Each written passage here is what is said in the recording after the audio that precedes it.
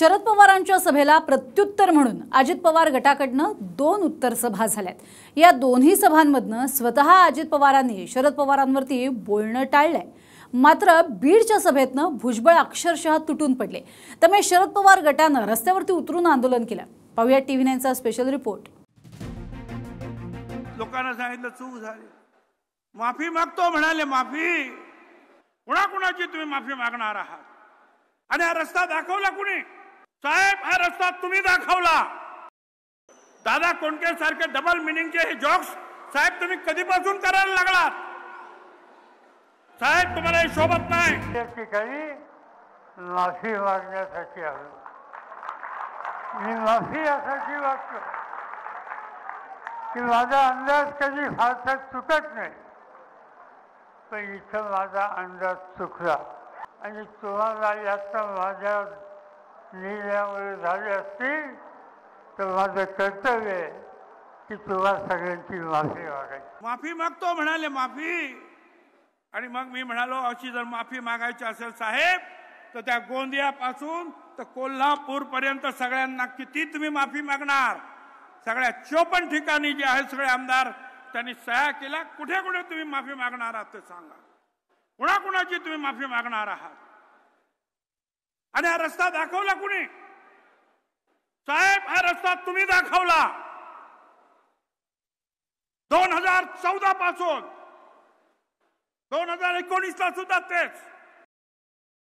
एका नेत्यांनी सांगितलं नाही, म्हणजे आता पवार साहेबांचं वय झालंय आणि त्यामुळे आपल्याला भवितव्याचा विचार करायचा असेल तर दुसरा नेता निवडला पाहिजे। आता एवढंच सांगायचं मी की माझं वय झालं म्हणता, तुम्ही माझं काय बघितले? त्याच्यामुळे कुठल्या प्रकारचे हल्ले? इथे यायचं, ते अमरसिंग पंडितांच्या नाव घेऊन त्यांना मग सांगा काहीतरी बोलायचं। दादा कोंडके सारखे डबल मिनिंगचे हे जॉक्स साहेब तुम्ही कधीपासून करायला लागलात? साहेब, तुम्हाला हे शोभत नाही।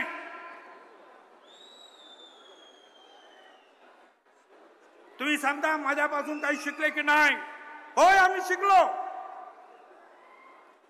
पण असं बोलायला तुम्ही आम्हाला शिकवलं नव्हतं। आता तुम्हीच बोलायला लागला। 2014 पासून 2019 ला सुद्धा तेच। अजित दादाने सकाळी शपथविधी घेतला आणि त्यात तुम्ही सांगता की ती गुगली होती। गुगलीमध्ये काय स्वतःच्याच प्लेअरला आउट करायचं असतं काय? ही कसली गुगली? गुगली होती, प्रत्येक वेळा गुगली होती।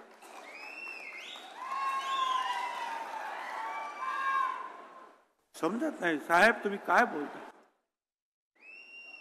राजकारणात कुठे अशा गुगल्या असतात का?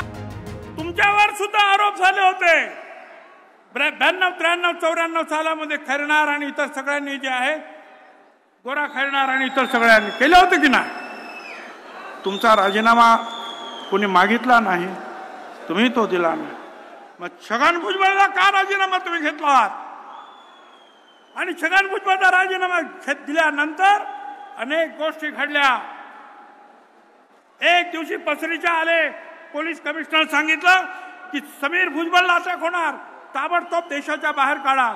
आम्ही संध्याकाळी त्याला अमेरिकेला पाठवलं। भुजबळ साहेबांनी जे काही काल बोलले ते खरं तर त्यांना शोभा पण देत नाही। हे पवार साहेबांबद्दल भुजबळ साहेब इतकं बोलू शकतात हे ऐकल्यानंतर दुःख होतं। म्हणजे तुम्ही मीटिंग फक्त पवारांवरती असू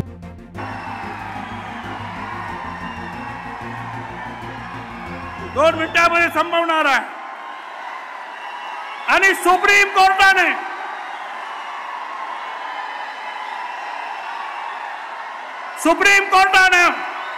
सीबीआय कडे केस दिल्यानंतर सीबीआयने एक शब्द सुद्धा आमच्या विरुद्ध त्या चार्जशीट मध्ये म्हटलेला नाही। जे आले 2 शांत बसा। आदरणीय पवार साहेबांच्या बद्दल काही नेते बोलायला लागले आणि बीजेपीच्या नेत्यांबद्दल गुणगान जेव्हा बोललं गेलं तेव्हा लोक तिथून उठून जाताना सुद्धा आपण सर्वांनी बघितलेलं आहे। त्यामुळे जेव्हा भाजपच्या नेत्यांबद्दल बोललं गेलं तेव्हा टाळ्या वाजत नव्हत्या आणि मोकळ्या खुर्च्या बघितल्यानंतर एकच गोष्ट सिद्ध होते, महाराष्ट्रामध्ये BJP बद्दल आणि पवार साहेबांच्या विरोधात बोललेलं हे लोक खपवून घेत नाहीत. हे काल सिद्ध झालेलं आपण सर्वांनी बघितलं.